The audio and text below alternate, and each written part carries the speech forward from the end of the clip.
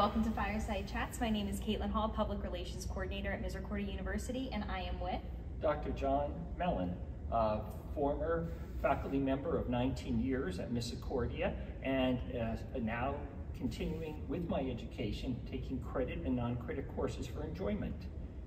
Fantastic. Can you tell me a little bit about the course you took? I completed a course known as GIS, and it's called Geographic Information Systems. And the key word there is geographical. As a business person, and especially as a marketing person, I often think of demographics in terms of age, gender, education level, and as far as geographical, it was simply north, east, south, and west. But with this course, we were able to pinpoint right into neighborhoods. And that was one of the items that I really enjoyed about the course, was the fact that as a business person, as a marketing person, I was able to go into neighborhoods and pull out what percentage of the people were retired. And then you were able to market to the greater area.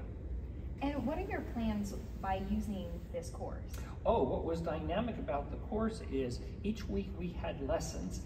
We picked a topic, and my topic was Fort Lauderdale, Florida. Sounds like a retirement area. And so there I was working with a spa, and the spa was trying to naturally increase sales. They were especially trying to increase sales of males. And so therefore, how I used the course was I pinpointed all the golf courses, and then I went a half a mile using the graphics of geographical, and I was able to then determine the number of members of the golf association within a mile of each golf course, and then we were able to market to those individuals. That's fantastic. Oh, of course. And what would you like to say to anybody who's considering the course? Oh, well, I think with the course, it's a very user-friendly course. Each week was recorded, and we were able to, so many times I would go back and listen to the total recording. Each week the instructor was dynamic. She added additional resources for each student. She also added demonstration material, and she also detailed instructions for next week's assignment. I would say, and what made the course dynamic was, so often we think about GIS, geographical, as just being forests and environmental. But this was amazing. For example, in the course, so people, to get to your answer, what would I say to people? Regardless of your occupation, you will find this course beneficial.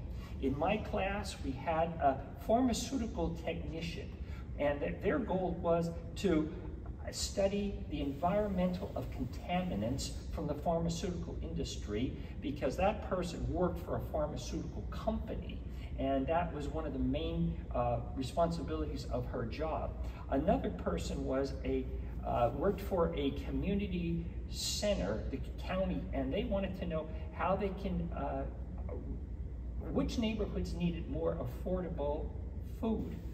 And then me, as a business person, I was always trying to go beyond the basic age and gender demographics. So with all of this said, I know I'm talking a great deal, I guess, because the course just flowed. That was the other reason I would say a person take it. It flowed in a logical sequence of steps.